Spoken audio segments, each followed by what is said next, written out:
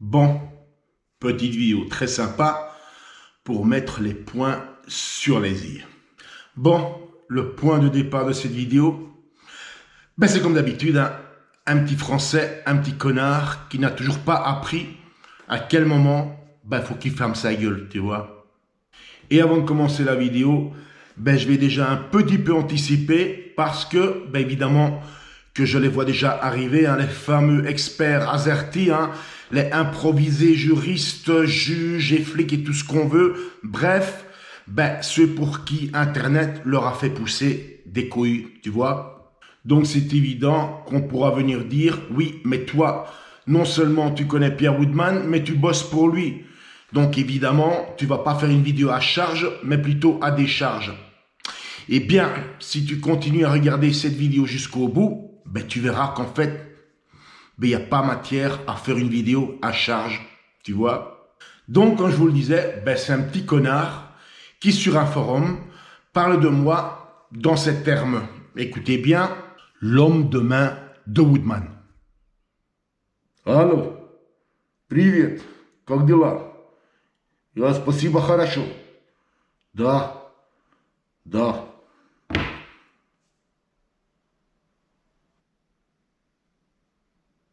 Eh, sérieusement, les petits Français, bon, je sais que la plupart d'entre vous avaient une vie monotone, voire même no life, tu vois. Mais quand même, à un moment donné, faut un petit peu sortir de votre monde de fantaisie, tu vois. Le monde réel, c'est pas un jeu vidéo, hein. Ouais.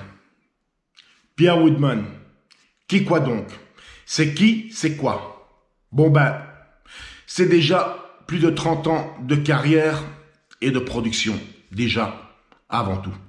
Sujet de fantasmes, de diffamation, comme par exemple une soi-disant journaliste, une pseudo-journaliste qui a fait un blog sur Woodman, où elle raconte des machins, mais plus grands qu'une maison. Tu vois, ça parle de viol, d'abus, etc., etc. Mais quand même, bizarrement, en plus de 30 ans de carrière, jamais un dépôt de plainte, même pas un procès. Faut croire que les autorités, elles sont vachement complaisantes, tu vois ce que je veux dire? Ou peut-être qu'il y a un complot derrière tout ça.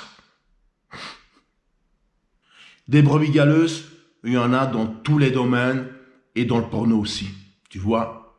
Mais Woodman ne fait pas partie de ceux-là. Quand on vient bosser chez Woodman, tout est carré, avec 4 angles de 90 degrés, tu vois. Il n'y a pas de place pour une petite virgule et un petit 5 en plus, tu vois. C'est 90 degrés d'angle et c'est carré. Déjà pour commencer, règle de base, tous les documents relatifs au tournage, ils sont vérifiés 2 fois. Une fois par Pierre, une fois par mois. Les contrats des modèles qu'on appelle un model release sont signés à heure et à temps et ont été lus par les modèles.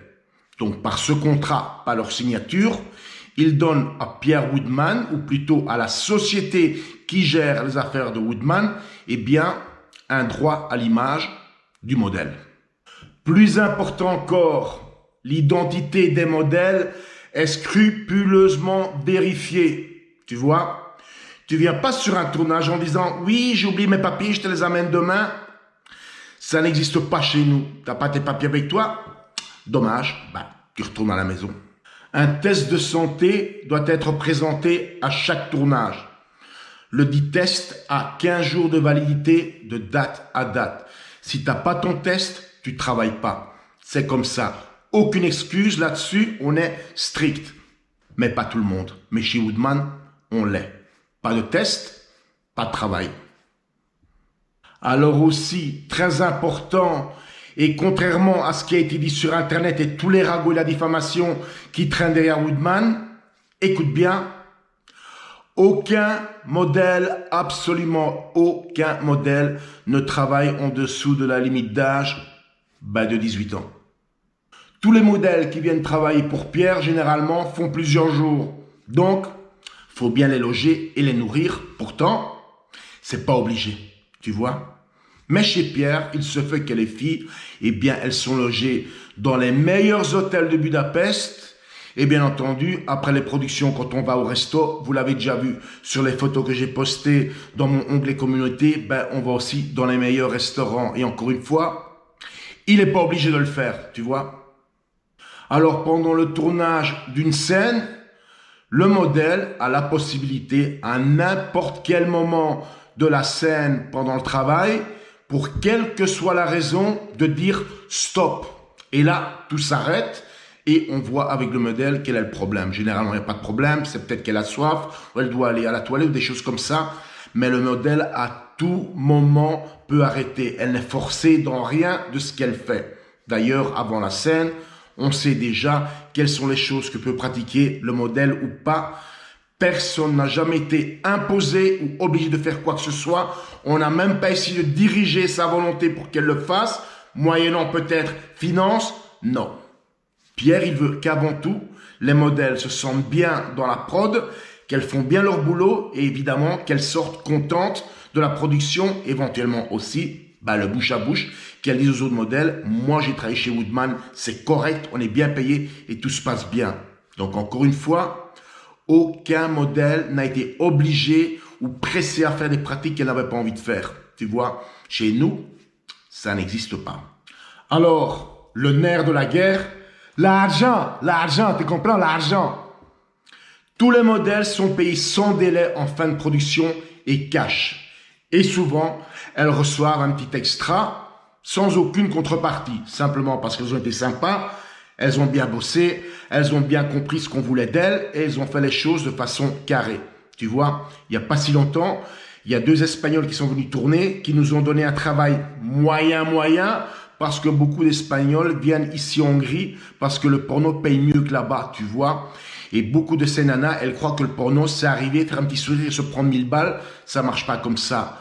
Pour recevoir, il faut savoir donner. C'est une chose que vous connaissez pas. J'en ai déjà fait l'expérience sur ma chaîne, tu vois. Alors, exemple de ces 2 Espagnols la fois passée, elles étaient bookées pour 2 jours de travail à 3000 euros. Elles ont reçu 4000. Tu vois ce que je veux dire?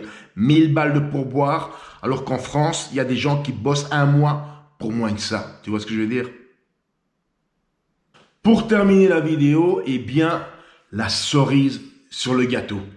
Et ça tombe bien d'en parler parce que pour le moment, sur les réseaux sociaux, il y a un certain Britannique qui habite d'ailleurs à Budapest, tu vois, qui est en train de bombarder les réseaux sociaux avec une diffamation et des mensonges sur Woodman et Rocco, quelque chose d'incroyable. Donc c'est comme d'habitude, on cherche du buzz et on raconte de la merde sur Internet. Mais à un moment donné, ça te retombe sur la gueule, tu vois. Et justement, il a fait certaines déclarations sur Internet avec lesquelles ça a été très, très facile de contredire. Parce que sur chaque tournage de Pierre Woodman, il y a une 3e caméra. Et la 3e caméra, elle s'appelle tout simplement la caméra de sécurité, tu vois, ou la caméra police, comme on l'appelle nous. Alors, c'est quoi le but? Eh bien, tout simplement, cette caméra filme en temps réel à partir du moment où on entre dans la chambre ou l'endroit où on va tourner. Donc, depuis le départ de la prod, maquillage, préparation, aller à la salle de bain, etc., etc., etc. Et cette caméra tourne non-stop en temps réel, tout ce qui se passe jusqu'à la fin du tournage, jusqu'au dernier moment. Tu vois? Et justement, ça évite pas mal d'emmerdes comme les fausses déclarations, la diffamation. Petite histoire rapide. D'accord? Elle va vous plaire celle-là. Eh bien, il était une fois une nana qui se pointe chez Pierre parce qu'elle veut bosser. Une Hongroise. Ok. La production commence. On fait la fameuse scène des castings. Tout se passe bien. On filme tout, y compris la caméra police, tu vois. Bon, la fille est contente. Elle est payée. Elle se casse. Et un peu plus tard dans la journée, les flics débarquent. Ah ouais, les mecs. Les flics débarquent. Et donc, il y a une plainte pour abus, pour viol et tout ça. Elle a débité un tas de conneries à la police. Et Woodman a dit, attendez, j'ai quand même une petite vidéo pour vous montrer ce qui s'est réellement passé depuis le début jusqu'à la fin, qui ne coïncide pas et contraste avec tout ce que vous me racontez. Donc, Pierre montre ça à la police. C'est eux qui se sont retrouvés dans la merde pour diffamation, tu vois, parce qu'ils ont été emmerdés la police avec une fausse déclaration. Ils se sont retrouvés tous les deux dans la merde, en fait, à peu près de ce qu'on a compris. Ben, c'était le plan de son connard de mec de l'envoyer chez Woodman pour après l'escroquer. Ben, ça n'a pas marché, tu vois. Conclusion de tout ça, et pour les abrutis et les naïfs, eh bien, tu sais, quand tu regardes un film de Tarantino, tu vois, le film que tu as téléchargé illégalement, eh bien, quand il se tire dessus, ben c'est du faux, mon vieux. C'est du cinéma. Tu croyais vraiment qu'ils avaient tué les gens? Ben non, c'est du cinéma, tu vois. Le porno, ben c'est du cinéma. Tu vois ce que je veux dire? Bon, ben, j'espère que cette vidéo vous aura un petit peu éclairé. Quoi qu'il y aura toujours des abrutis pour venir raconter des salades. Ben ouais, les fameux experts QRT d'Internet, tu vois. Bon, là-dessus, à la prochaine.